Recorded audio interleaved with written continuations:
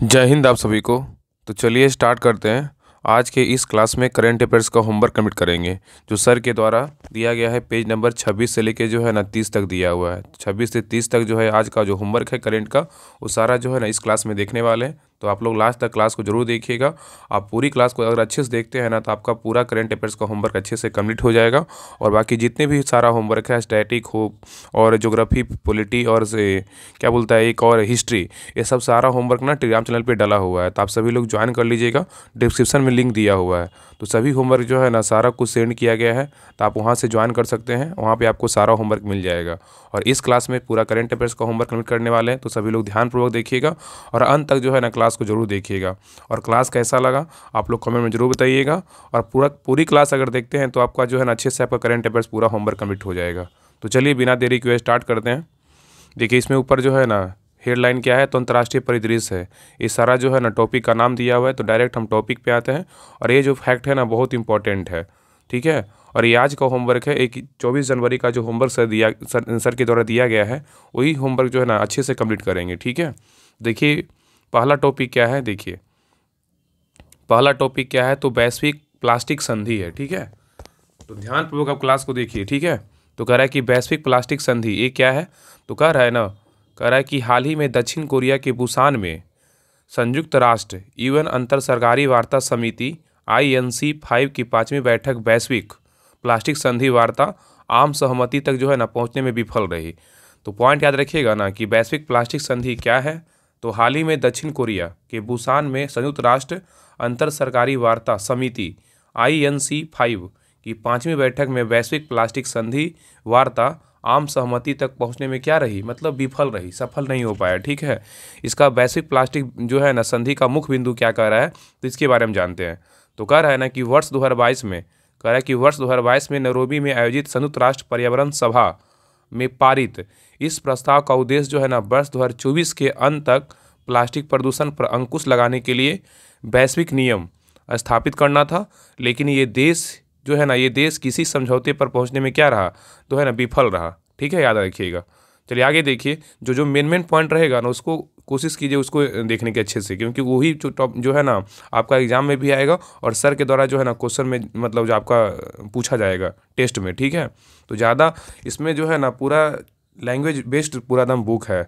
लेकिन जो main point है ना, हम किसी के लिए पढ़ रहे हैं, दरोगा के लिए पढ़ रहे हैं, तो दरोगा के लिए जो है ना जो इंपॉर्टेंट टॉपिक हो, जो लगे कि हाँ ये क्वेश्चन पूछ रहा है, तो बस उसी क्वेश्चन को अच्छे से ध्यान देना है, ठीक है। बाकी लेकिन हाँ जो भी हम पढ़ रहे हैं आप अच्छे से सुनिए, अच्छे से देखिए, तभी आपको अच्छे से समझ में आएगा, ठीक है। थोड़ा सा पैसेंस बना कर रखिएगा, सारा आपको कंप्लीट हो जाएगा अच्छे से।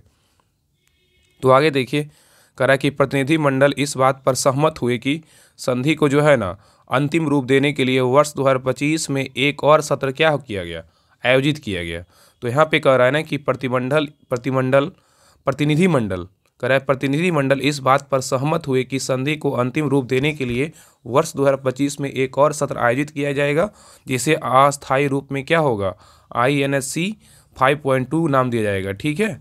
चलिए आगे देखिए, नेक्स्ट है वैश्विक प्लास्टिक संधि वार्ता आम सहमति तक क्यों जो है ना नहीं पहुंच सकी। इसके बारे में कह रहा है कि वैश्विक प्लास्टिक संधि जो वार्ता है आम सहमति तक क्यों नहीं पहुंच सकी। तो इसके बारे में क्या क्या कर रहा है, देखिए पहला पॉइंट कर रहा है विवाद का एक मुख्य मुद्दा यह था कि क्या देशों को वर्जिन प्लास्टिक पॉलीमर मतलब पेट्रोलियम से प्राप्त कच्चे माल से बने के उत्पादन को कम करने के लक्ष्य पर जो है ना सहमत होना क्या चाहिए या नहीं, ठीक है।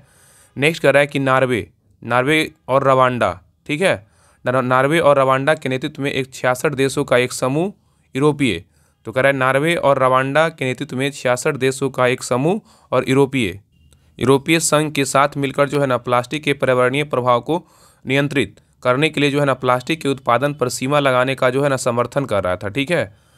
नेक्स्ट देखिए, कह रहा है कि सऊदी अरब और भारत जैसे देश जो अपनी अर्थव्यवस्थाओं के लिए पेट्रोकेमिकल्स और प्लास्टिक उत्पादन पर बहुत अधिक निर्भर है, जो है ना ऐसे किसी भी उपाय का विरोध किया हो जो है ना जो उत्पादन की को क्या करेगा, सीमित करेगा। तो यहाँ पे ध्यान दीजिएगा, कह रहा है कि सऊदी अरब और भारत जैसे देश जो अपनी अर्थव्यवस्थाओं के लिए पेट्रोकेमिकल्स और प्लास्टिक उत्पादन बहुत अधिक निर्भर है, ने ऐसे किसी भी उपाय का विरोध किया हो जो उत्पादन को क्या करेगा, सीमित करेगा। चलिए आगे देखिए, आगे कह रहा है कि भारत ने तर्क दिया, भारत ने जो है ना अपना तर्क दिया कि प्लास्टिक उत्पादन को विनियमित करने से उसके जो है ना विचार के अधिकार का उल्लंघन होगा। तो यहाँ पे कह रहा है कि भारत ने तर्क दिया कि प्लास्टिक उत्पादन को विनियमित करने से उसके विकास के अधिकार का उल्लंघन होगा। विशेष रूप से वैश्विक प्लास्टिक पॉलीमर बाजार में जो है ना देश की भूमिका को देखते हुए जो है ना भारत का रुख यह था कि किसी भी संधि से राष्ट्रीय विकास की आकांक्षाओं को जो नुकसान नहीं पहुंचना चाहिए। ठीक है, चलिए आगे देखिए। नेक्स्ट कह रहा है कि प्रारूप संधि में वर्ष 2040 तक एकल उपयोग प्लास्टिक को चरणबद्ध तरीके से समाप्त करने और डाई मतलब 2 एथिल हेक्सिल पैथलेट मतलब DEHP, ड्यूबुटाइल पैथलेट मतलब DBT और बेंजिल ब्यूटाइल पैथलेट मतलब BBT और डाई आइसोब्यूटाइल पैथलेट DIBP जैसे खतरनाक रसायनों को प्रतिबंधित करने के लिए जो है ना वर्षवार लक्ष्य प्रस्तावित किए गए हैं। ठीक है, चलिए आगे देखिए। नेक्स्ट कर रहा है एधपी इन उपायों का उद्देश्य प्लास्टिक प्रदूषण को कम करना था, लेकिन इनके नकारात्मक आर्थिक प्रभावों के कारण जो है ना कुछ देशों ने इन्हें क्या किया, अस्वीकार कर दिया। तो कह रहा है ना कि इन उपायों का उद्देश्य ही था कि प्लास्टिक प्रदूषण को कम करना, लेकिन इनके नकारात्मक आर्थिक प्रभावों के कारण कुछ देशों ने इन्हें क्या किया, अस्वीकार कर दिया। ठीक है, चलिए आगे देखिए। नेक्स्ट कह रहा है कि विश्व को जो है ना वैश्विक प्लास्टिक संधि की आवश्यकता क्यों है, मतलब विश्व को जो है ना वैश्विक प्लास्टिक संधि की आवश्यकता क्यों है उसके बारे में जानते हैं। कह रहा है तीव्र वृद्धि, कह रहा है कि प्लास्टिक का वैश्विक उत्पादन वर्ष 2000 में 234 मिलियन टन से दोगुना होकर जो है ना वर्ष 2019 में 460 मिलियन टन हो गया। ठीक है, तो कह रहा है कि प्लास्टिक का वैश्विक उत्पादन जो है वर्ष 2000 में 234 मिलियन टन जो है ना टन से दोगुना होकर वर्ष 2019 में कितना हो गया, 460 मीट्रिक टन हो गया। और आर्थिक सहयोग एवं विकास संगठन के अनुसार अनुमान है कि वर्ष 2040 तक प्लास्टिक उत्पादन जो है ना 700 मीट्रिक टन पहुंच जाएगा। ठीक है, तो याद रखिएगा ना कि वर्ष 2040 तक जो है ना प्लास्टिक उत्पादन कितना मीट्रिक टन पहुंच जाएगा, तो 700 मीट्रिक टन जो है ना पहुंच जाएगा। ठीक है, और 2010 से 2000 में जब स्टार्ट हुआ था मतलब उत्पादन वर्ष, तो 2019 के बीच में जो है ना 460 मीट्रिक टन हो गया था। ठीक है, आगे देखिए। नेक्स्ट कह रहा है कि एशिया जो है ना प्लास्टिक का सबसे बड़ा उत्पादक है। ठीक है, तो एशिया प्लास्टिक का सबसे बड़ा उत्पादक है, जो वैश्विक उत्पादन का लगभग आधा हिस्सा है। और उत्तरी अमेरिका और यूरोप जो है ना क्रमशः 19% और 15% के साथ दूसरे स्थान पे है। तो एशिया जो है ना सबसे बड़ा उत्पादक मतलब प्लास्टिक में है, और इसके बाद जो है उत्तरी अमेरिका मतलब जो है 19% और उसके साथ यूरोप क्रमशः कितना है, तो 15% है। ठीक है, ये दूसरे स्थान पर है। चलिए नेक्स्ट देखिए। आगे कह रहा है कि प्लास्टिक का जो प्रभाव है ना वो क्या पड़ता है। ठीक है, इसके बारे में कह रहा है। देखिए पहला पॉइंट यहाँ पे कह रहा है कि पर्यावरण, तो कह रहा है कि प्लास्टिक को विघटित होने में 20 से जो है ना 500 वर्ष तक का जो है ना समय लग सकता है। ठीक है, तो कह रहा है कि प्लास्टिक से जो प्रभाव पड़ता है ना, तो उसके बारे में कह रहा है कि प्लास्टिक को विघटित होने में 20 से 500 वर्ष तक का समय लगता है, जिसके कारण लैंडफिल और प्राकृतिक आवासों में प्लास्टिक अवशिष्ट का विशाल संचय हो जाता है। ठीक है, और आगे कह रहा है कि प्लास्टिक अवशिष्ट की बढ़ती मात्रा के बावजूद द लैसेंट द्वारा वर्ष 2023 में किए गए एक अध्ययन के अनुसार केवल 9% जो है ना प्लास्टिक अवशिष्ट का ही पुनर्चक्रण जो है ना किया जाता है। ठीक है, आगे कह रहा है यह अक्षमता प्रदूषण संकट को बढ़ा देती है और प्रति वर्ष करीब जो है ना 8 मिलियन टन प्लास्टिक समुद्र में जो है ना जाता है, जिससे समुद्र जीवन और पारिस्थितिकी तंत्र को नुकसान पहुंचता है। और अगर मौजूदा वृद्धि जारी रहे तो वर्ष 2050 तक समुद्र में प्लास्टिक की मात्रा मछलियों से भी क्या होगी, ज़्यादा हो जाएगी। ठीक है, तो ये पॉइंट याद रखिएगा ना। तो कह रहा है ना कि यहाँ पे जिससे जो है ना समुद्री जीवन और पारिस्थितिकी तंत्र को नुकसान पहुँचता है, सही बात है। और आगे कह रहा है कि मौजूदा वृद्धि जारी रहे तो वर्ष 2050 तक समुद्र में प्लास्टिक की मात्रा जो है ना मछलियों से क्या होगी, प्लास्टिक की जो मात्रा होगी मछलियों से क्या होगी, तो ज़्यादा हो जाएगी। ठीक है, आगे देखिए। नेक्स्ट कह रहा है कि मानव स्वास्थ्य ये क्या कह रहा है, तो प्लास्टिक में मौजूद रसायन जैसे बिस्फेनॉल कह रहा है कि जैसे बिस्फेनॉल मतलब BPA अंतःस्रावी तंत्र को बाधित कर सकते हैं, जो शरीर में जो है ना हार्मोन को नियंत्रित करता है, और ये रसायन अंतिम उत्पाद में बने रहते हैं। ठीक है, और बाहर निकलकर कैंसर, मधुमेह, प्रजनन संबंधी समस्याएं और तंत्रिका विकास संबंधी विकलांगता सहित विभिन्न स्वास्थ्य समस्याओं को क्या करता है, जन्म दे सकता है। ये जो है ना मानव स्वास्थ्य पे क्या कर पड़ेगा, प्रभाव पड़ेगा। ठीक है, चलिए आगे देखिए। नेक्स्ट कह रहा है कि वन्य जीवन पे क्या असर पड़ेगा, तो कह रहा है कि प्लास्टिक प्रदूषण का समुद्री और स्थलीय प्रजातियों पर विनाशकारी प्रभाव पड़ता है। और जानवर प्लास्टिक अपशिष्ट को जो है ना निगल लेते हैं और यह उसमें क्या होते हैं तो फंस जाते हैं। तो वन जीव पे क्या प्रभाव पड़ेगा ना, तो उसके बारे में कह रहा है कि प्लास्टिक प्रदूषण का समुद्री और स्थलीय प्रजातियों पर विनाशकारी प्रभाव पड़ता है और जानवर जो है ना प्लास्टिक अपशिष्ट को निगल लेते हैं या उसमें क्या होते हैं तो उसमें जो है ना फंस जाते हैं। ठीक है, नेक्स्ट देखिए जलवायु परिवर्तन। जलवायु परिवर्तन पे क्या प्रभाव पड़ेगा, तो उसके बारे में कह रहा है कि प्लास्टिक उत्पादन वैश्विक ग्रीन हाउस गैस उत्सर्जन में जो है ना 3.6% का क्या है योगदान देता है। तो कह रहा है कि प्लास्टिक उत्पादन वैश्विक ग्रीन हाउस गैस उत्सर्जन में 3.6% का योगदान देता है, जिसमें से जो है 90% उत्सर्जन प्लास्टिक बनाने के लिए उपयोग किए जाने वाले जीवाश्म ईंधन से क्या होता आता है। यदि वर्तमान प्रवृत्ति जारी रहती है तो प्लास्टिक से ग्रीन हाउस गैस उत्सर्जन वर्ष 2020 के स्तर से वर्ष 2050 तक 37% से बढ़कर जो है ना 3.35 गीगाटन कार्बन डाइऑक्साइड समतुल्य CO2e जो है ना हो सकता है। ठीक है, चलिए आगे देखिए। नेक्स्ट कह रहा है कि वैश्विक प्लास्टिक संधि का महत्व।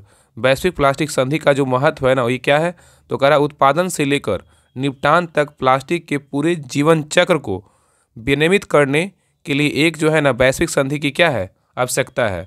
तो इसके बारे में कह रहा है कि वैश्विक प्लास्टिक संधि का महत्व क्या है, तो उसके बारे में कह रहा है कि उत्पादन से लेकर निपटान तक प्लास्टिक के पूरे जीवन चक्र को विनियमित करने के लिए एक वैश्विक संधि की आवश्यकता है। और आगे कह रहा है कि प्लास्टिक प्रदूषण संकट से निपटने के लिए राष्ट्रों को कानूनी रूप से बाध्यकारी समझौते के लिए प्रतिबद्ध होनी चाहिए, जिससे उत्पादन पर अंकुश लगे, पुनर्चक्रण में सुधार हो तथा प्लास्टिक अपशिष्ट को पारिस्थितिकी तंत्र में प्रवेश करने से जो है ना क्या करे रोका जा सके। ठीक है, आगे देखिए। नेक्स्ट टॉपिक है संयुक्त राष्ट्र जलवायु शिखर सम्मेलन 2024। इसको क्या बोलेंगे, COP29 बोलेंगे। ठीक है, तो संयुक्त राष्ट्र जलवायु शिखर सम्मेलन 2024 में इसको क्या बोलेंगे, COP29 बोलेंगे। तो कह रहा है 11 से 22 नवंबर 2024 के बीच अजरबैजान के बाकू में COP29 संयुक्त राष्ट्र जलवायु शिखर सम्मेलन का आयोजन किया गया था। देखिए पहला क्वेश्चन तो यहीं पे निकल गया। ये सब क्वेश्चन बहुत एग्जाम में आता है।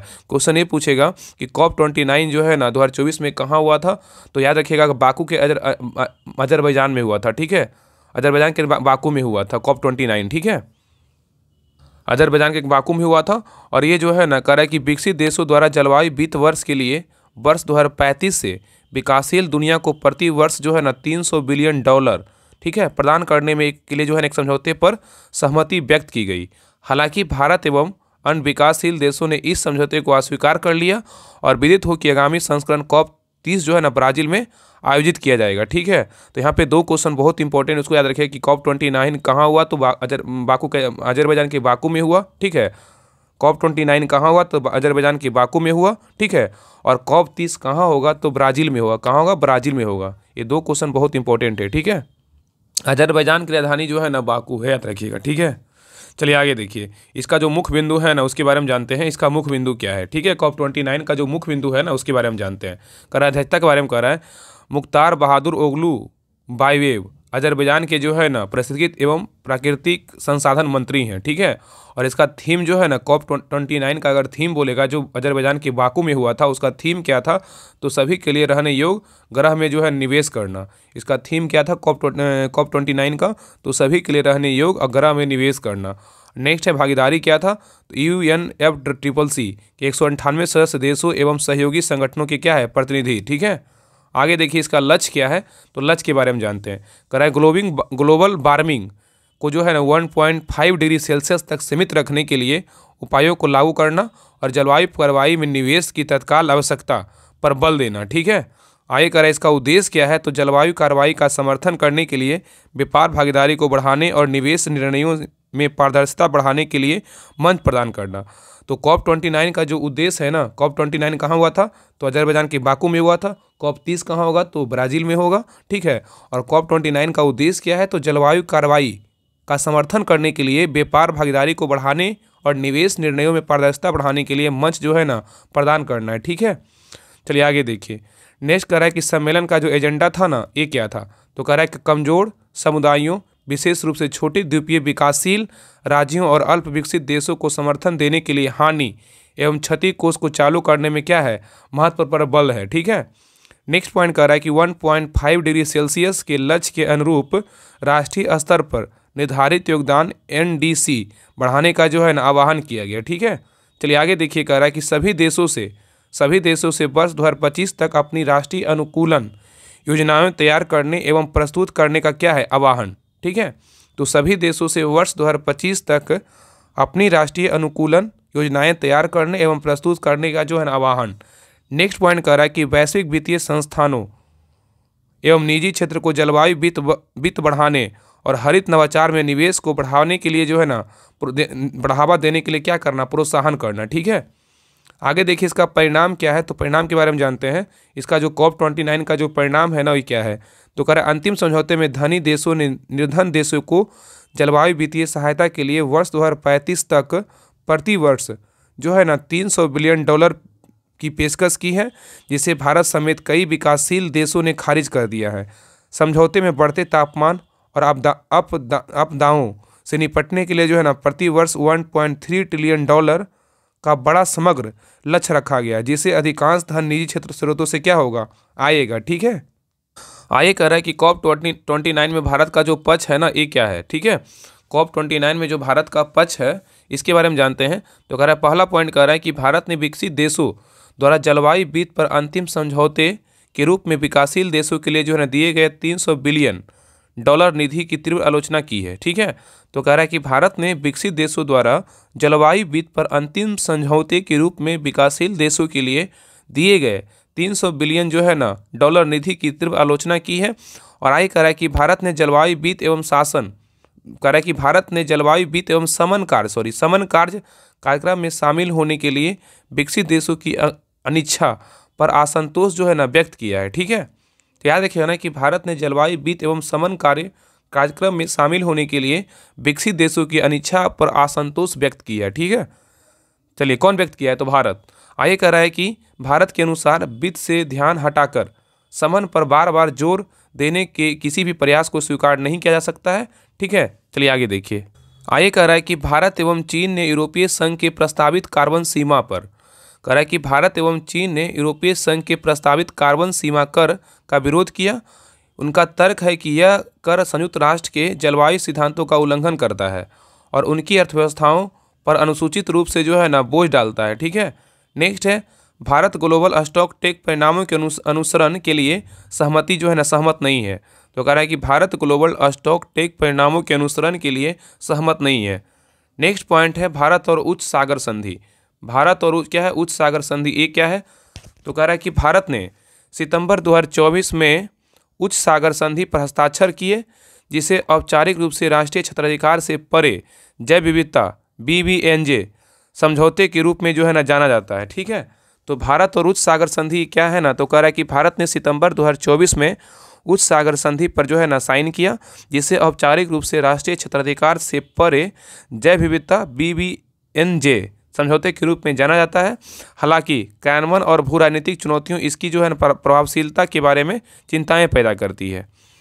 नेक्स्ट है उच्च सागर संधि के बारे में कह रहा है। उच्च सागर संधि जो है ना इसके बारे में कह रहा है कि क्या है, तो कह रहा है संयुक्त राष्ट्र समुद्री कानून सम्मेलन UNCLOS के ढांचे के तहत विकसित BBNJ समझौता राष्ट्रीय अधिकार क्षेत्र से परे क्षेत्रों में समुद्री जैविक विविधता के संरक्षण और अस्थायी उपयोगिता पर क्या है, केंद्रित है। ठीक है, जो विशेष आर्थिक क्षेत्रों मतलब EEZ के 200 समुद्री मील मतलब 370 किलोमीटर से परे हैं, और BBNJ समझौता लागू होने के बाद जो है ना UNCLOS के तहत जो है ना तीसरा कार्यान्वयन समझौता बन जाएगा, जो निम्नलिखित को जो है ना क्या करेगा, पूरक करेगा। ठीक है, नेक्स्ट है देखिए पॉइंट कर रहा है यहाँ पे, कह रहा है कि वर्ष 1994 में जो है भाग कितना है, तो ये 11। ठीक है, भाग 11 कार्यान्वयन समझौता अंतर्राष्ट्रीय समुद्र तल से खनिज संसाधन क्या करना, अन्वेषण पर केंद्रित करना। ठीक है, नेक्स्ट पॉइंट है 1995 संयुक्त राष्ट्र मत्स्य स्टॉक समझौता स्टर्लिंग और प्रवासी मछली स्टॉक के संरक्षण और प्रबंधन पर केंद्रित करना। ठीक है, ये जो है ना 1995 संयुक्त राष्ट्र मत्स्य स्टॉक समझौता स्टर्लिंग और प्रवासी मछली स्टॉक के संरक्षण और प्रबंधन पर केंद्रित करना। नेक्स्ट है यह समझौता सतत विकास लक्ष्यों SDG विशेष रूप से SDG 14 जल के नीचे जीवन को प्राप्त करने में जो है योगदान देता है। ठीक है, चलिए आगे देखिए। नेक्स्ट कह रहा है कि विदित हो कि समुद्र की सतह 64% और पृथ्वी के क्षेत्रफल पर 43% हिस्सा क्या है, समुद्र में फैला हुआ है। तो कह रहा है ना कि समुद्र की सतह का 64% और पृथ्वी के क्षेत्रफल का 43% हिस्सा जो क्या है समुद्र में जो है ना फैला हुआ है। ठीक है, वे लगभग 2.2 मिलियन समुद्री प्रजातियों और 1 ट्रिलियन सूक्ष्मजीवों का घर है। इस क्या है तो ये जो है ना 2.2 मिलियन समुद्री प्रजातियों और 1 ट्रिलियन सूक्ष्मजीवों का घर है और ये क्षेत्र किसी भी राष्ट्र के स्वामित्व में नहीं है, जिससे नौवहन, आर्थिक गतिविधियों और वैज्ञानिक अनुसंधान के लिए समान अधिकार क्या है तो प्राप्त है। चलिए आगे देखिए। नेक्स्ट कह रहा है कि 2021 में अनुमानतः ये क्या कह रहा है कि 17 मिलियन टन प्लास्टिक महासागरों में फेंका गया है। 17 मिलियन जो है ना टन प्लास्टिक महासागरों में फेंका गया है और यह संख्या बढ़ने की उम्मीद है। ठीक है, जवाबदेही की कमी से अतिदोहन, जैव विविधता की हानि, प्रदूषण और महासागरों का अम्लीकरण होता है। ठीक है, आगे देखिए। आगे कह रहा है यह संधि संसाधनों के सतत उपयोग को सुनिश्चित करने, जैव विविधता की रक्षा करने तथा प्रदूषण फैलाने वाले को जवाबदेह बनाने के लिए क्या होगा तो महत्वपूर्ण है। नेक्स्ट है उच्च सागर संधि का जो उद्देश्य है ना ये क्या है तो समुद्री संरक्षित क्षेत्र मतलब MPA कह रहा उन क्षेत्रों की स्थापना और विनियमन पर ध्यान केंद्रित करता है जहां जैव विविधता सहित जो है ना जैव विविधता सहित महासागर प्रणालियां मानवीय गतिविधियां या जलवायु परिवर्तन के कारण क्या है तनाव में है, जैसे भूमि पर राष्ट्रीय उद्यान या वन जीव रिजर्व। ठीक है, इन क्षेत्रों का उद्देश्य समुद्री जैव विविधता और पारिस्थितिकी तंत्र का क्या करना संरक्षण करना है। आगे कह रहा है समुद्री अनुवांशिक संसाधन ये क्या है तो कह रहा औषधि विकास सहित समुद्री अनुवांशिक संसाधनों के उपयोग से उत्पन्न लाभों का न्याय संगत बंटवारा सुनिश्चित करना तथा इन संसाधनों से उत्पन्न ज्ञान तक खुली जो है ना पहुंच को बढ़ावा देना है। ठीक है, चलिए आगे देखिए। कह रहा है कि पर्यावरणीय प्रभाव आकलन EIEA ये क्या है तो कह रहा है समुद्री पारिस्थितिकी तंत्रों के लिए संभावित रूप से हानिकारक गतिविधियों के लिए पूर्व EIEA को अनिवार्य बनाना, जिससे राष्ट्रीय अधिकार क्षेत्र के भीतर की गतिविधियां भी शामिल है जो उच्च समुद्र को जो है ना प्रभावित कर सकती है तथा आकलन का सार्वजनिक प्रकटीकरण करना। ठीक है, नेक्स्ट है क्षमता निर्माण और प्रौद्योगिकी हस्तांतरण। क्षमता निर्माण और प्रौद्योगिकी हस्तांतरण क्या कर रहा है तो कर रहा है संरक्षण प्रयासों के छोटे द्वीप राज्यों और स्थलबद्ध राष्ट्रों को समर्थन देने और क्षमता निर्माण और प्रौद्योगिकी हस्तांतरण के माध्यम से उन्हें टिकाऊ समुद्री संसाधन उपयोग से लाभान्वित करने में क्या है सक्षम बनाने पर जो है ना ध्यान केंद्रित किया जाता है। ठीक है, नेक्स्ट है सीरिया में गृह युद्ध। सीरिया में गृह युद्ध के बारे में कह रहा है। सीरिया में जो गृह युद्ध हुआ था ना इसके बारे में कह रहा है दिसंबर 2024 में इस्लामी आतंकवादी समूह हयात तहरीर अल शाम मतलब HTS के नेतृत्व में सीरियाई विद्रोही ने सीरिया के तीसरे सबसे बड़े शहर होम्स पर नियंत्रण का दावा किया, जो राष्ट्रपति बशर अल असद के शासन के लिए जो है एक बड़ा झटका है। ठीक है, तो सीरिया में गृह युद्ध का जो मुख्य बिंदु है ना इसके बारे में जानते हैं। मुख्य बिंदु क्या है तो करा गृह युद्ध के चलते बशर अल असद को सत्ता से बेदखल कर दिया गया। मतलब जो गृह युद्ध हुआ था ना उसी चीज़ के चलते बशर अल असद को सत्ता से बेदखल कर दिया गया,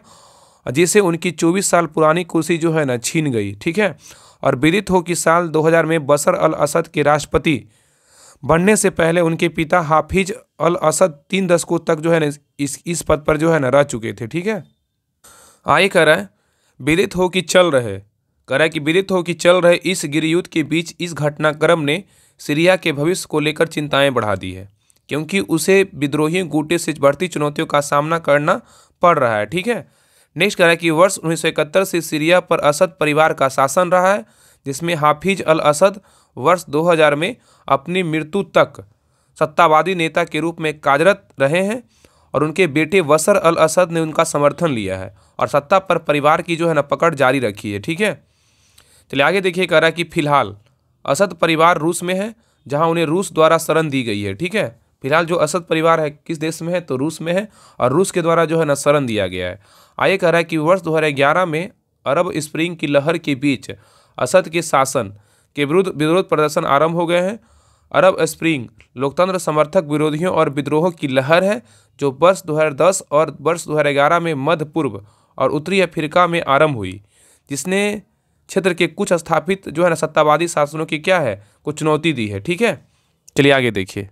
आगे कह रहा है कि शिकायतें अनेक थी, जिससे बढ़ती बेरोजगारी, आर्थिक असमानता और भ्रष्टाचार में भी क्या थे शामिल थे। ठीक है, नेक्स्ट है विदेशी प्रभाव के बारे में कह रहा है। विदेशी प्रभाव क्या पड़ा है तो उसके बारे में कह रहा है। रूस और ईरान ये क्या है तो कह रहा है कि इसका कहना है ना कि ये देश असद के प्राथमिक सहयोगी रहे हैं, जो उनके सैन्य सहायता और रणनीतिक समर्थन प्रदान कर रहे हैं। ठीक है, नेक्स्ट है अमेरिका और तुर्की। देखिए इसका क्या कहना है, तो ये कह रहा है ना कि दोनों ने असद विरोधी गुटों का समर्थन किया, लेकिन तुर्की की मुख्य चिंता सीरिया के भीतर कुर्द का प्रभाव है। ठीक है, आगे देखिए इजराइल का कह रहा है कि फिलिस्तीन के प्रति सीरिया के ऐतिहासिक समर्थन को देखते हुए इजराइल ने असद की सेनाओं के खिलाफ हमले किए। तो कह रहा है ना कि इजराइल के बारे इजराइल जो बोला है, जो इजराइल जो है ना बोला है युद्ध के बारे में, तो कह रहा है इजराइल मतलब फिलिस्तीन के प्रति सीरिया के ऐतिहासिक समर्थन को देखते हुए इजराइल ने असद की सेनाओं के खिलाफ हमले किए हैं, जिससे भू राजनीतिक गतिशीलता और अधिक जटिल हो गई है।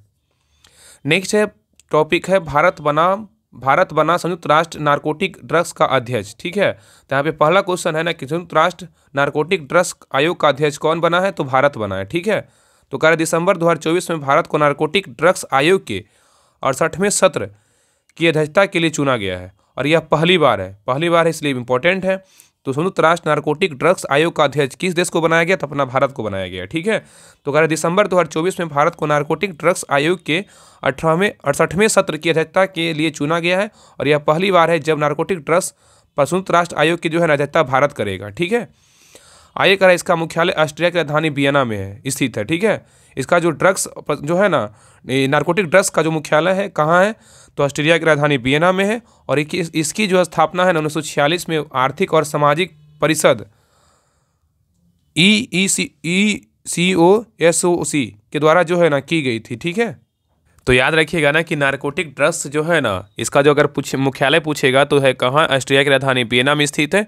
और नारकोटिक ड्रग्स जो है ना इसका स्थापना कब हुआ था, तो 1946 में आर्थिक व सामाजिक परिषद इकोसोक द्वारा जो है ना क्या द्वारा की गई थी। इकोसोक याद रखिएगा। ठीक है, आगे देखिए कह रहा है कि संयुक्त राष्ट्र नारकोटिक ड्रग्स आयोग संयुक्त राष्ट्र की नशीली दवाओं से संबंधित मामलों पर प्रमुख नीति निर्माण की जो है ना संस्था है। ठीक है, तो कह रहा है कि संयुक्त राष्ट्र नारकोटिक ड्रग्स आयोग संयुक्त राष्ट्र की नशीली दवाओं से संबंधित मामलों का पर प्रमुख नीति निर्माण संस्था है। और नेक्स्ट पॉइंट कह रहा है कि यह संयुक्त राष्ट्र आर्थिक सामाजिक परिषद के कार्यात्मक आयोगों में से एक है, और यह संयुक्त राष्ट्र नशीली दवाओं और अपराध कार्यालय का एक जो है ना शासी निकाय है। ठीक है, चलिए नेक्स्ट देखिए टॉपिक है भारत जापान यूनिकॉर्न जो है ना मस्तूल क्या है समझौता, इसके बारे में जानते हैं। तो कह रहा है कि 15 नवंबर 2024 को टोक्यो में स्थित भारतीय दूतावास में भारत एवं जापान के मध्य नौसेना की क्षमता को बढ़ाने के लिए जो है ना एक समझौते पर जो है ना साइन किया गया, मतलब हस्ताक्षर किया गया। तो यहाँ पे क्वेश्चन पूछेगा ना यूनिकॉर्न मस्तूल समझौता जो है ना किन दो देश के बीच हुआ है, तो भारत जापान के बीच हुआ है। ये समझौता कब हुआ था, तो 15 नवंबर 2024 को हुआ था टोक्यो में। ठीक है, चलिए आगे देखिए। नेक्स्ट कह रहा है कि इस समझौते के तहत भारतीय नौसेना के जहाज़ों पर प्रयोग के लिए यूनिकॉर्न मस्तूल के सह विकास के लिए दोनों देशों के मध्य कार्यान्वयन ज्ञापन पर जो है ना हस्ताक्षर किए गए। ठीक है, नेक्स्ट कह रहा है इस समझौते का कार्यान्वयन भारत एवं जापान के बीच रक्षा उपकरणों के सह उत्पादन का जो है ना पहला अवसर होगा। ठीक है, आगे कह रहा है जापान की 3 कंपनियों द्वारा संयुक्त रूप से विकसित ये यूनिकॉर्न एंटीना वर्तमान में जापान समुद्री सेल्फ डिफेंस फोर्स की मेगामी श्रेणी के फ्रिगेट युद्धपोत पर जो है ना लगे हैं। ठीक है, नेक्स्ट पॉइंट कह रहा है इस आधुनिक प्रणाली को भारतीय नौसेना अपने जहाज़ों पर लगाने का प्रयास कर रही है, जिससे भारतीय नौसेना जहाज़ों की अस्टील क्षमता में क्या करेगा, वृद्धि करेगा। चलिए आगे देखिए।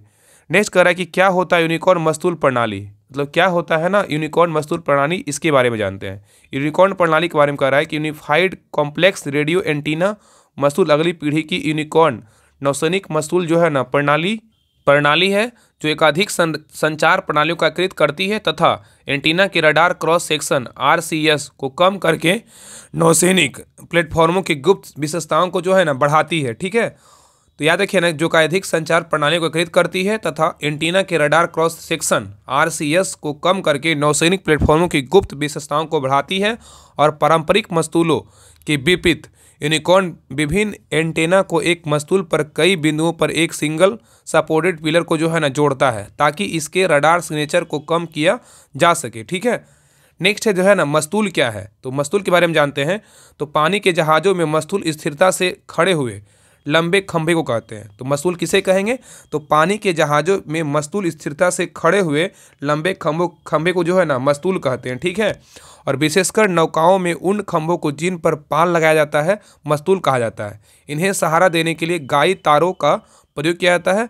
आमतौर पर मस्तूल लकड़ी या धातु के जो है ना बने होते हैं। ठीक है, नेक्स्ट पॉइंट देखिए, कह रहा है कि रियाद शिखर सम्मेलन 2024, रियाद शिखर सम्मेलन 2024 के बारे में कह रहा है कि नवंबर 2024 में सऊदी अरब द्वारा फिलिस्तीन के मुद्दे पर चर्चा करने के लिए अरब और इस्लामिक देशों के नेताओं का एक शिखर सम्मेलन आयोजित किया गया।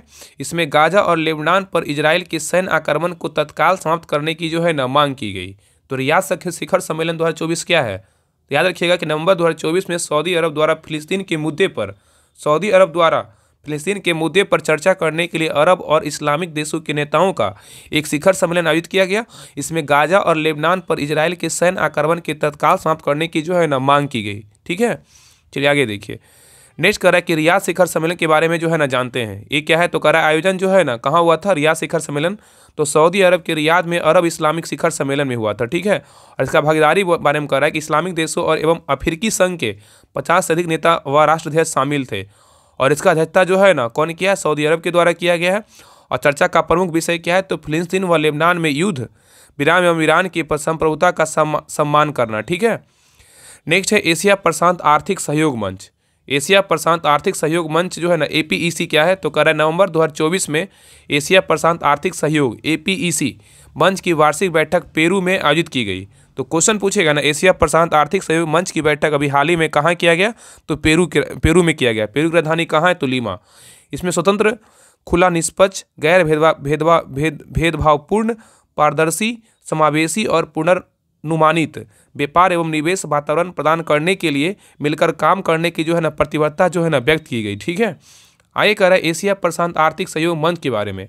एशिया प्रशांत आर्थिक सहयोग मंच के बारे में कह रहा है कि APEC प्रशांत महासागर से 21 अर्थव्यवस्थाओं के लिए एक अंतर सरकारी मंच है जो पूरे एशिया प्रशांत क्षेत्र में मुक्त व्यापार को बढ़ावा देता है। ठीक है, आगे कह रहा है इसका लक्ष्य क्षेत्र के लोगों से समृद्धि के लिए संतुलित, समावेशी, टिकाऊ, नवीन एवं सुरक्षित विकास को बढ़ावा देना तथा क्षेत्रीय आर्थिक एकीकरण में जो है ना तेजी लाना है। ठीक है, आगे कह रहा है इसकी स्थापना 1989 में की गई थी और इसका मुख्यालय बोलेगा तो कहाँ है? सिंगापुर में स्थित है। ठीक है, आगे कह रहा है इसमें सदस्य देश जो है ना कह रहा है 21 देश है। Australia, Brunei, Darussalam, Canada, chilli, चीन, हांगकांग, इंडोनेशिया, जापान, दक्षिण Korea, Malaysia, Mexico, New Zealand, Papua New Guinea, Peru, फिलिस्तीन, रूस, सिंगापुर, ताइवान, थाईलैंड, अमेरिका और क्या है? वियतनाम है। ये सब जो है ना 21 देश क्या है? सदस्य है। ठीक है, आगे देखते हैं। नेक्स्ट टॉपिक है बेंजामिन नेतन्याहू और योब गैलेंट के खिलाफ गिरफ्तारी वारंट। तो कह रहा है बेंजामिन नेतन्याहू और योब गैलेंट के खिलाफ गिरफ्तारी वारंट, इसके बारे में जानते हैं। कह रहा हाल ही में हेग में अंतर्राष्ट्रीय आपराधिक न्यायालय, ठीक है, ICC ने इजरायली PM नेतन्याहू और पूर्व रक्षा मंत्री योब गैलेंट के खिलाफ मानवता के खिलाफ अपराध और युद्ध अपराधों का आरोप लगाते हुए गिरफ्तारी वारंट जो है ना जारी किया है। आरोपों में गाजा में नागरिक को निशाना बनाने और भुखमरी की नीतियां लागू करने का जो है ना आरोप शामिल है। ठीक है, किसके खिलाफ? बेंजामिन नेतन्याहू और योब गैलेंट के खिलाफ। ठीक है, चलिए आगे देखिए इसका मुख्य बिंदु क्या है, इसके बारे में हम जानते हैं। कह रहा है कि जबकि प्रधानमंत्री बेंजामिन नेतन्याहू और पूर्व रक्षा मंत्री योब गैलेंट के खिलाफ अंतर्राष्ट्रीय आपराधिक न्यायालय ICC, ठीक है, द्वारा जारी गिरफ्तार वारंट को इजराइल ने क्या किया? अस्वीकार कर दिया। इतिहास में पहली बार अंतर्राष्ट्रीय आपराधिक न्यायालय ICC ने इजराइल के प्रधानमंत्री बेंजामिन नेतन्याहू और पूर्व रक्षा मंत्री योआव गैलेंट के खिलाफ गिरफ्तारी वारंट जारी किया है। मतलब पहली बार, ठीक है, इतिहास में जो है ना पहली बार अंतर्राष्ट्रीय आपराधिक न्यायालय मतलब इंटरनेशनल कोर्ट ऑफ जो है ना ICC, इसी बारे में कह रहा है कि अंतर्राष्ट्रीय जो है ना आपराधिक न्यायालय है ICC ने इजराइल के प्रधानमंत्री बेंजामिन नेतन्याहू और पूर्व रक्षा मंत्री कौन? योआव गैलेंट के खिलाफ गिरफ्तार वारंट जारी किया है। नेक्स्ट कह रहा है कि विदित हो कि अंतर्राष्ट्रीय आपराधिक न्यायालय से जारी गिरफ्तार वारंट इजराइल के प्रधानमंत्री बेंजामिन नेतन्याहू और बेनी गैलेंट के खिलाफ युद्ध अपराधों को मानवता के खिलाफ अपराधों के आरोपों पर आधारित है, जो अक्टूबर 2023 और 20 मई 2024 से गाजा संघर्ष में जो है ना शामिल होने के लिए है। ठीक है, तो यहाँ पे देखिए कह रहा है कि अंतर्राष्ट्रीय आपराधिक न्यायालय से जारी गिरफ्तारी वारंट इजराइल के प्रधानमंत्री बेंजामिन नेतन्याहू और बेनी गैलेंट के खिलाफ युद्ध अपराधों और मानवता के खिलाफ अपराधों के आरोपों पर आधारित है, जो अक्टूबर 2023 और 20 मई 2024 से गाजा संघर्ष में शामिल होने के लिए जो है ना उन पर भूख को हथियार के रूप में इस्तेमाल करने और चिकित्सा इकाइयों पर जानबूझकर हमला करने का आरोप लगाया जा रहा है। ठीक है, आगे कह रहा है ICC ने कहा है कि यह मानने का आधार है कि दोनों नेताओं ने जानबूझकर गाजा की नागरिक आबादी को भोजन, पानी, दवा और ईंधन जैसी आवश्यक चीज़ों से जो है ना वंचित रखा है। यहाँ पे कह रहा है ना कि आईसीसी ने कहा है कि यह मानने का आधार है कि दोनों नेताओं ने जानबूझकर गाजा में नागरिक आबादी को भोजन, पानी, दवा और ईंधन जैसी आवश्यक चीज़ों से क्या है मतलब वंचित रखा है, मतलब नहीं दिया है। ठीक है। और न्यायालय ने कहा है कि ये कार्य अंतर्राष्ट्रीय मानवीय कानून के आधार पर गंभीर क्या है, उल्लंघन है। ठीक है। चलिए आगे देखिए, आईसीसी का क्षेत्राधिकार के बारे में कह रहा है कि इसका क्या है, तो आईसीसी नीदरलैंड के द हेग में स्थित है। आईसीसी नीदरलैंड के हेग में स्थित है और रोम संबंधी के तहत स्थापित किया गया था, और ताकि नरसंहार, युद्ध अपराध और मानवता के खिलाफ अपराधों सहित सबसे गंभीर अपराधों के लिए व्यक्तियों पर मुकदमा चलाया जा सके। वर्तमान में इजराइल रोम संबंधी का हस्ताक्षर करता नहीं है, जो राज्य पर अंतर्राष्ट्रीय आपराधिक क्षेत्राधिकार की स्वीकृति को जो है ना दर्शाता है। हालांकि फिलिस्तीन जो है ना एक राज्य पक्ष है और इस प्रकार आईसीसी फिलिस्तीनों क्षेत्रों पर अधिकार क्षेत्र का प्रयोग कर सकता है। ठीक है। नेक्स्ट है रियाद कानून संधि। रियाद कानून संधि, इसके बारे में जानते हैं। तो कह रहा है कि नवंबर 2024 में वाणिज्य एवं उद्योग मंत्रालय ने लगभग 2 दशकों के संवाद के बाद विश्व बौद्धिक संपदा संगठन WIPO के सदस्यों देशों द्वारा अपनाई गई रियाद डिजाइन कानून संधि, design law of treaty DLT के अंतिम अधिनियम पर जो है हस्ताक्षर किया। ठीक है। आगे कह रहा रियाद डिजाइन कानून संधि के बारे में, कह रहा इस संधि का उद्देश्य औद्योगिक डिजाइन संरक्षण के लिए प्रक्रियात्मक ढांचे को सुसंगत बनाना और विभिन्न क्षेत्रों में पंजीकरण प्रक्रियाओं की दक्षता पहुंच में जो है सुधार करना। तो कह रहा है रियाद डिजाइन कानून संधि के बारे में कह रहा है कि इस संधि का उद्देश्य औद्योगिक डिजाइन संरक्षण के लिए प्रक्रियात्मक ढांचे को सुसंगत बनाना और विभिन्न क्षेत्रों में पंजीकरण प्रक्रियाओं की दक्षता एवं पहुंच में क्या करना, सुधार करना। ठीक है। आगे कह रहा है यह संधि अनुबंध करने वाले पक्षों को इलेक्ट्रॉनिक औद्योगिक डिजाइन प्रणालियों को लागू करने और प्राथमिक दस्तावेजों के इलेक्ट्रॉनिक आदान प्रदान के सुविधाजनक बनाने की दिशा में कार्य करने के लिए जो है ना प्रोत्साहित करती है। ठीक है। उल्लेखनीय है कि पिछले दशक में भारत में डिजाइन पंजीकरण 3 गुना बढ़ गए हैं और पिछले 2 वर्षों में केवल घरेलू दाखिलों जो है ना में 120% की वृद्धि हुई है और पिछले वर्ष डिजाइन आवेदनों में 25% की वृद्धि हुई है। तो कह रहा है उल्लेखनीय है कि पिछले दशकों में भारत में डिजाइन पंजीकरण 3 गुना बढ़ गए हैं और पिछले 2 वर्षों में केवल घरेलू दाखिलों में 120% की वृद्धि हुई है और पिछले वर्ष डिजाइन आवेदनों में 25% की जो है ना वृद्धि हुई है। नेक्स्ट है विश्व बौद्धिक संपदा संगठन के बारे में कह रहा है। ये क्या है, तो कह रहा है इसकी स्थापना वर्ष 1967 में हुई और इसका मुख्यालय स्विट्जरलैंड जिनेवा में स्थित है। ठीक है। और इसका उद्देश्य रचनात्मक गतिविधियों को प्रोत्साहित करने के लिए और विश्व में बौद्धिक संपदा संरक्षण को बढ़ावा देना है। विदित हो कि भारत ने इसकी सदस्यता जो है ना वर्ष 1975 में ली थी। ठीक है। तो भारत ने इसकी सदस्यता कब ली, तो 1975 में ली। नेक्स्ट है क्या है जीवाश्म ईंधनों को परमाणु हथियारों की तरह विनियमित किया जाना चाहिए। ठीक है। इसके बारे में जानते हैं। तो पहला पॉइंट कह रहा है सरकारों और नारी समाज संगठनों की एक बढ़ता हुआ जो है ना गठबंधन जीवाश्म ईंधन अप्रसार संधि FFNPT की वकालत कर रहा है, जिसका उद्देश्य जीवाश्म ईंधन को चरणबद्ध तरीके से समाप्त करना और नवीकरणीय ऊर्जा की ओर नियोजित जो है ना बदलाव को बढ़ावा देना है। नेक्स्ट कर रहा है जीवाश्म ईंधन का अप्रसार संधि। ये क्या है, जीवाश्म ईंधन का अप्रसार संधि FFNPT क्या है, इसके बारे में जानते हैं। तो कह रहा है FFNPT के बारे में कह रहा है 2016 में संकल्पित और 2019 में आधिकारिक रूप से लॉन्च किया गया था। क्या, FFNPT। और FFNPT देशों के लिए जीवाश्म ईंधन निष्कर्षण को समाप्त करने, मौजूद उत्पादन को बंद करने और नवीकरणीय ऊर्जा के एक नियोजित संक्रमण को प्रबंधन करने के लिए कानूनी रूप से बाध्यकारी बनाने का जो है ना प्रस्ताव करता है। ठीक है। इसका उद्देश्य क्या है, तो उद्देश्य के बारे में कह रहा है कि परमाणु हथियारों को विनियमित करने वाली अंतर्राष्ट्रीय संधियों से प्रेरित होकर इस पहल का उद्देश्य जीवाश्म ईंधन उत्पादन पर अंकुश लगाकर और समान वैश्विक ऊर्जा पहुंच सुनिश्चित करके बढ़ते जलवायु पर जो है ना संकट का समाधान करना है। नेक्स्ट कह रहा है कि उत्पत्ति और विकास क्या है, तो कह रहा है पेरिस समझौते पर हस्ताक्षर के समय आसपास संकलित FFNPT। तो कह रहा है उत्पत्ति और विकास के बारे में कह रहा है पेरिस समझौते पर हस्ताक्षर के समय के आसपास संकल्पित FFNPT को पूर्व संयुक्त राष्ट्र महासचिव बान की मून, स्वदेशी समुदाय और छोटे द्वीप राज्यों सहित उल्लेखनीय संस्थाओं से जो है ना समर्थन प्राप्त हुआ है। आगे कह रहा है नव गतिविधि, कह रहा है कि बाकू अजरबैजान में आयोजित UNFCCC मतलब COP29 में FFNPT पर चर्चा में 10 और देश शामिल हुए। तो कह रहे हैं कि बाकू जो अजरबैजान में आयोजित UNFCCC के COP29 में FFNPT पर चर्चा में 10 और देश शामिल हुए, हालांकि उनकी पहचान जो है ना गुप्त रखी गई। नेक्स्ट कह रहा है इस संधि का जो है ना प्रशांत क्षेत्र 13 छोटे द्वीपीय विकासशील देशों जैसे वानुअतु और तुवालू तथा कोलंबिया जैसे प्रमुख कोयला उत्पादक देशों द्वारा जो है समर्थन किया गया। नेक्स्ट है वित्तीय संस्थाओं का समर्थन क्या है। तो वित्तीय संस्थाओं का समर्थन के बारे में जानते हैं। कह रहा है global alliance for banking on values के 25 सदस्यों द्वारा सामूहिक समर्थन इस पहल को वित्तीय क्षेत्र से पहला जो है ना बड़ा समर्थन प्रदान करता है। तो कह रहा है कि वित्तीय संस्थाओं का समर्थन के बारे में कह रहा है global alliance for banking on values के 25 सदस्यों द्वारा सामूहिक समर्थन इस पहल को वित्तीय क्षेत्र से पहला बड़ा समर्थन जो है ना प्रदान करता है। ठीक है, तो ये था होमवर्क आज का होमवर्क 24 जनवरी का जो है ना पूरा खत्म हुआ करंट अफेयर्स का। और इसका पीडीएफ के लिए जो है ना सभी लोग टेलीग्राम चैनल ज्वाइन कर लीजिएगा। और क्लास कैसा लगा आप कमेंट में जरूर बताइएगा कि हाँ क्लास कैसा लगा। और पूरी अगर क्लास को अच्छे से देखते हैं तो पूरा आपको जो है ना करंट अफेयर्स का होमवर्क आपको जो है ना अच्छे तरीके से समाप्त हो जाएगा, अच्छे से जो है ना कंप्लीट हो जाएगा। ठीक है, और एक क्लास ना आपको रेगुलर बेसिस पे करंट अफेयर्स का या तो रात में आपको आ जाएगा तो फिर आपको जो है ना सुबह आपको देखने को मिल जाएगा। और जिनको भी जो है ना प्रॉपर्ली तरीके से जो सर के द्वारा होमवर्क दिया जा रहा है उसका बहुत लोग मैसेज कर दें इसका पीडीएफ नहीं दे रहे हैं और इसका और भी हमको पहले दीजिए पीडीएफ।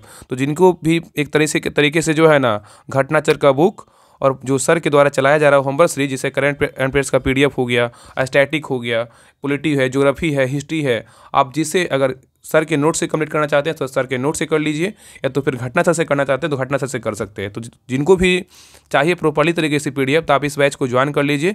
इसमें जो है ना जो भी बुक आपको सारा दिख रहा है ये सारे बुक जो है ना सीरियल वाइज आपको पेज वाइज पेज करके जो है ना टारगेट वाइज दे करके सारे बुक को जो है ना कंप्लीट करवाया जा रहा है। और बाकी जो सर के द्वारा होमवर्क चलाया जा रहा है उसका भी जो है ना टेस्ट पीडीएफ और बाकी जो सर के द्वारा जो है ना पूरा जो है आंसर के साथ पीडीएफ जो क्लास में करवाते हैं वो सारा पीडीएफ ग्रुप में दिया जाता है। और बाकी आप अगर आपको लगता है कि नहीं हमें नोट से कर लेना चाहिए तो नोट से कर लीजिए, या तो बुक से करना है तो बुक से कर लीजिए। और ज्ञान बिंदु क्वेश्चन में इस सभी का पीडीएफ ना प्रॉपर्ली तरीके से इस ग्रुप में दिया जा रहा है। तो जिनको लगता है ज्वाइन करना है तो आप सभी लोग ज्वाइन कर लीजिए।